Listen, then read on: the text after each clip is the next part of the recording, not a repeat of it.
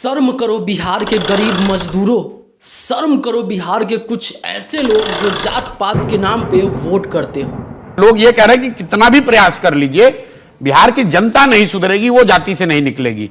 तो भले ये बात आप लोगों को यहाँ लग रहा होगा, लेकिन जरा इस वीडियो को अच्छे से देखिएगा और सही तरीका से समझने का कोशिश कीजिएगा, तो शायद ये बात आपको कहीं बुरा नहीं लगे। सर, अगर आप अभी नहीं समझे, अगर अभी आप सतर्क नहीं हुए, तो आप ऐसे ही जैसे ट्रेन में भर के शहर में जा रहे हो ना सर, इसी प्रकार से आपका जीवन चलता रहेगा। और यही नहीं, आपके भविष्य यानी कि आपके आने वाला भविष्य, आपके बच्चों के साथ भी कुछ इसी प्रकार से हादसा होगा। सर, अगर आप अभी नहीं सुधरे, अगर आप अभी भी जात पात के नाम पे वोट कर रहे हैं, तो ज़रा सावधान हो जाइए और अच्छे से सोच समझ कर अपना मतदान कहीं अच्छे जगह देने का प्रयास कीजिए। ये जो मेरे बोलने का तरीका है, ये आप लोगों को यहाँ हॉट करेगा, लेकिन क्या ही कर सकते हैं सर, आपको समझना जरूरी है। सर, हम और आप मिल के आवाज़ उठाएंगे, तब कहीं जाके कुछ अच्छा प्रयास हो पाएगा, तब बिहार के गरीब मजदूरों को कहीं मारा नहीं जाएगा। आपको बताते चले, जिसे आप स्क्रीन पे देख रहे हैं, ये महाराष्ट्र का सीएम है सर। तो मालूम है, उत्तर प्रदेश, बिहार और सिर्फ झारखंड से 3 राज्यों से महाराष्ट्र में रोज 48 ट्रेनें आती है, भर के आ रही है, खाली जा रही है। एक शहर होता है, एक राज्य होती है, उसकी एक कैपेसिटी होती है, उसकी एक क्षमता होती है।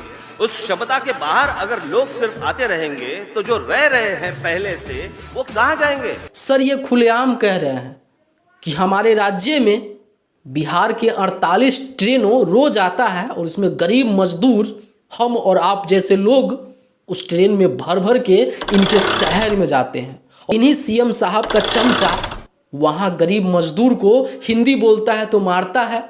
कहीं कोई गरीब बिहार के इनके शहर में कोई दुकान खोल के बैठा है, तो वहाँ पे हिंदी बोलता है तो उनको मार के भगाता है। सर, इसीलिए मैं बोला हूँ कि थोड़ा शर्म कीजिए।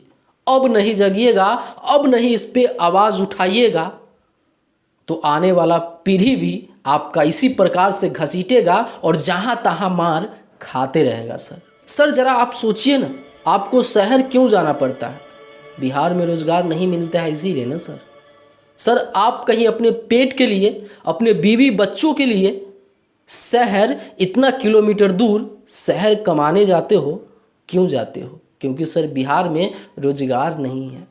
क्योंकि सर सबसे मेन कारण तो बिहार के गरीब मजदूर और बिहार के कुछ लोगों का ये भ्रम रहता है कि मैं अपने जात पात के नाम पे वोट दूंगा तो शायद कुछ अच्छा हो जाए, और इसी चक्कर में लोग इसी प्रकार से ज़िंदगी जीते रहते हैं और कुछ भी अपने बारे में नहीं सोचते हैं, बल्कि आने वाला भविष्य को भी ये लोग खराब करते रहते हैं। सर, तमाम ऐसे जगह है जहाँ पे हिंदी बोलने पे लोगों को मारा जा रहा है, भगाया जा रहा है। सर, इस पे कोई भी सरकार अभी तक आवाज़ उठाया है?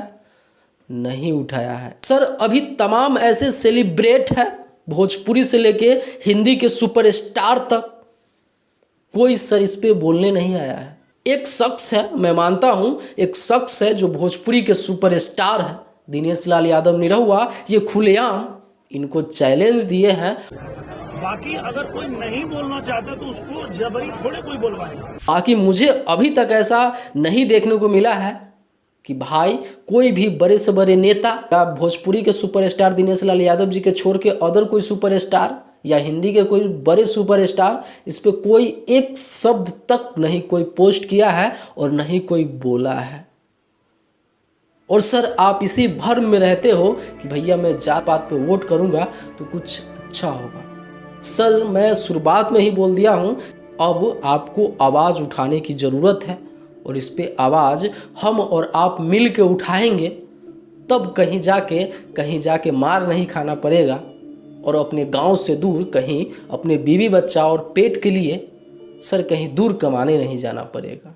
बाकी सर, मैं किसी पार्टी को टारगेट नहीं कर रहा हूँ, बस जो रियलिटी है वो मैं दिखाने का प्रयास कर रहा हूँ। और सर, रियलिटी ये है, और मेरा मानना ये है, और मेरा कहना ये है कि आपके लिए जो लड़े, आपके लिए जो आवाज़ उठाए ऐसे लोगों को आप चुने और उसमें सेलेक्ट करें कि आपके लिए लड़ कौन रहा है, आपके लिए जान कौन दे रहा है और आपके लिए आपका मसीहा कौन बन रहा है।